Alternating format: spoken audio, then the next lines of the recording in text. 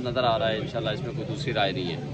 और दूसरी बात, आज जो सुप्रीम कोर्ट में केस था अदलिया के ऊपर जो दबाव है, उसके बारे में भी हम बजा तौर पर ये समझते हैं कि कोर्ट की तारीख देर से हो गई है 29 तारीख, लेकिन हम ये समझते हैं कि बेहतर होता कि ये डे टू डे हियरिंग करके इसको जल्दी इससे पहले ख़त्म किया जाता, क्योंकि ज़ाहिर है ये एक मैटर ऐसा है, बहुत इम्पोर्टेंट इशू है।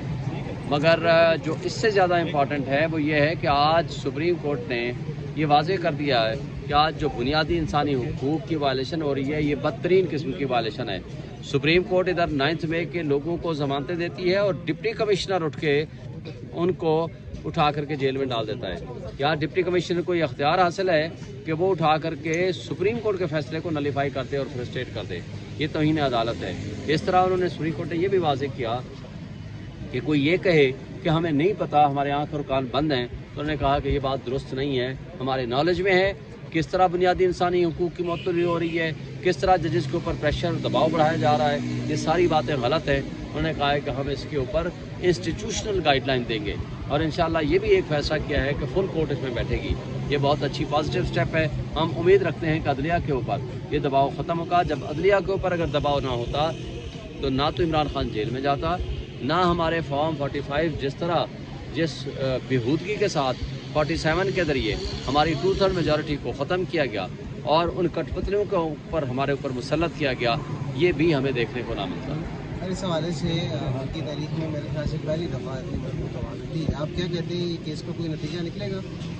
इसलिए निकलेगा, हर चीज़ की एक हद होती है। इसका मैं मेनली क्रेडिट देता हूँ आप सोशल मीडिया वालों को। आप लोगों ने जिस तरह इस चीज़ को उठाया है, देखें आप लोगों की आवाज़ हो, आप वो आवाज़ हो जो किसी के कंट्रोल और ताबे में नहीं है। मेन स्ट्रीम मीडिया तो आपको पता है ना कि उसको कंट्रोल होते हैं, उसको तो ऊपर से अहकामात आते हैं, हुक्म मिलते हैं, जिसकी वजह से प्रॉब्लम होते हैं। आपने जिस तरह इस इशू को टेकअप किया है, मैं आप लोगों को अप्रिशिएट करता हूँ। आज वो ज़माना नहीं रहा, आज से 70 साल वाला, 10 साल वाला, 20 साल पुराने वाला, कि जो चाहें अपनी मर्ज़ी से जो खबर लीक करें तो वो करें, बाहर आने दें, वरना अपनी मर्ज़ी से खबरें दें, वो भी कंट्रोल्ड खबरें।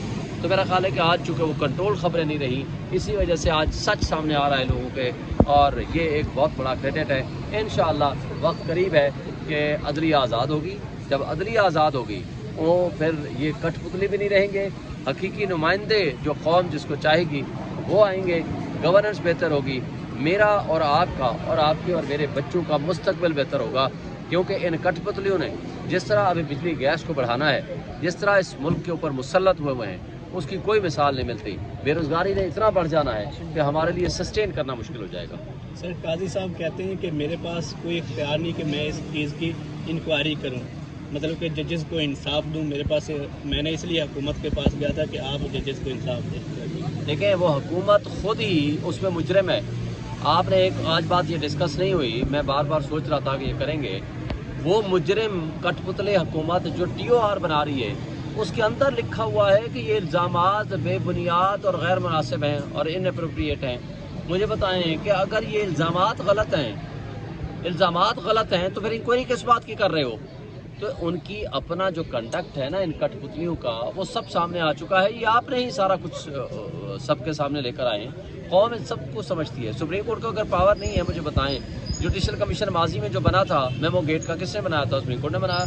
और किसने हेड किया था? काजी भाईसा साहब ने। और जो उससे पहले कमीशन एक उसके बाद बना था, कोयटा में जो वकला की शहादत हुई थी, उसको किसने हेड किया था? काजी भाईसा साहब ने। वो किसने बनाया था? सुप्रीम कोर्ट ने बनाया था। लिहाजा सुप्रीम कोर्ट अल्टीमेट कोर्ट है, और कोर्ट का जो मामला है, निज़ाम इंसाफ पे हमला हुआ है, तो ये फुल कोर्ट ही इन मसाइल का हल कर सकती है। सर, कल बुशरा बीबी का बयान सामने आया, उन्होंने कहा जी कि तहरीक इंसाफ की तरफ से ये बातें फैलाई जा रही हैं, अंदर के लोगों की तरफ से, कि वो एक अमरीकी एजेंट है। तो कौन है जो ये अपने फैला रहा है? देखें, जो भी ऐसी हरकत कर रहा है वो घटिया हरकत कर रहा है, हम उसको सपोर्ट नहीं करते। बुशरा बीबी की बहुत कुर्बानियाँ हैं, और आज देखें वो नाहक जेल काट रही है सिर्फ इसलिए कि वो इमरान खान की बीवी है, एक पर्दादार खातून है, उसका सियासत से कोई ताल्लुक़ नहीं है। उसके बावजूद उसके ऊपर जिस तरह उसको जहर देने की कोशिश की गई, और जिस तरह उसकी जान लेने की कोशिश हो रही है, या जिस तरह उसके ऊपर अटैक किए जा रहे हैं, ये इंतहाई गलत है। लेकिन PTI की क़यादत, PTI का वर्कर, PTI की लीडरशिप बुशरा बीबी के साथ खड़ी है और इमरान खान के साथ खड़े हैं। सर, आप तो अभी काजी साहब से इंसाफ का तकाजा कर रहे हैं, लेकिन PTI के जो मेन रहनुमा हैं जैसे हामिद खान साहब हैं और भी 2-3 लोग, उन्होंने कहा है कि पीटीआई को इस मामले में काजी साहब से कुछ मुतालबा करना ही नहीं चाहिए।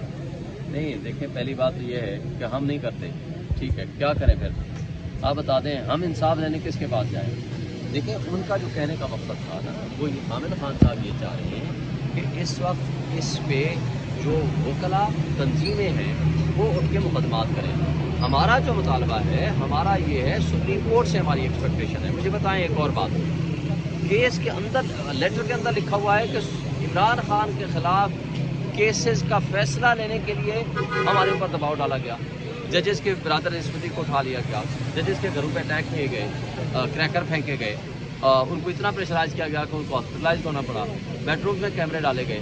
तो और पैरा नंबर 6 में लिखा हुआ है कि वो फैसले लेने की कोशिश की गई ज़बरदस्ती जिनका पॉलिटिकल कॉन्सिक्वेंस है।